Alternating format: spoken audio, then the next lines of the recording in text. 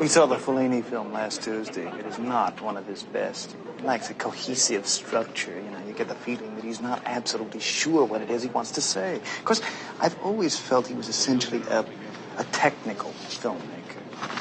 Granted, La Strada was a great film. Great in its use of negative imagery more than anything else. But that central cohesive core, that must lead through an artist's work, leading from one to the other. Screaming his opinions in my ear. You understand what I'm talking about? Like all that Juliet of the Spirits or Satyricon. I found it incredibly indulgent. You know, he really is. He's one of the most indulgent filmmakers. He really is. Keyword here and is indulgent. Without getting...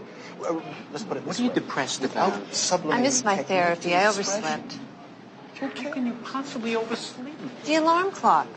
Do you know the hostile gesture that is to me?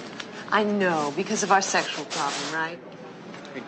Everybody online at the New Yorker has to know our rate of intercourse? It's like Samuel Beckett. You know, I admire the technique, but it doesn't hit me on a gut level. I'd like to hit this guy on a gut level. Stop it, Albie. He's spitting on my neck. You know, he spits on my neck when he talks. The most important thing of all. And you know something else?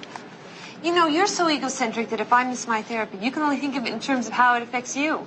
Weltanschauung is what it is. Probably on their first date, right? View Probably met by answering an ad in the New York Review of Books. 30-ish academic wishes to meet woman who's interested in Mozart, James Joyce, and sodomy. What do you mean, our sexual problem? I mean, I'm comparatively normal for a guy raised in Brooklyn. Okay, I'm very sorry. My sexual problem. Okay, my sexual problem, huh? I never read that. That was Henry James, right? Novel? You know what it sequel is? to Turn of the Screw? It's the influence of television.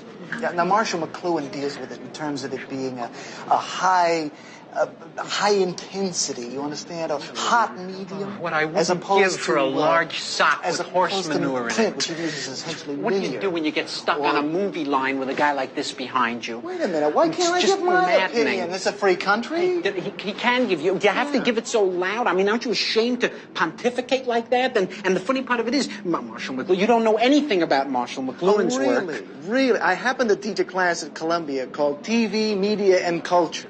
So I think that my insights into Mr. McLuhan, well, have a great deal of validity. Oh, do you? Yeah. Well, that's funny because I happen to have Mr. McLuhan right here. So, yeah, just let me come over here a second. Oh, Tell him. I heard what you were saying. You know nothing of my work. You mean my whole fallacy is wrong. How you ever got to teach a course in anything is totally amazing. Boy, if life were only like this.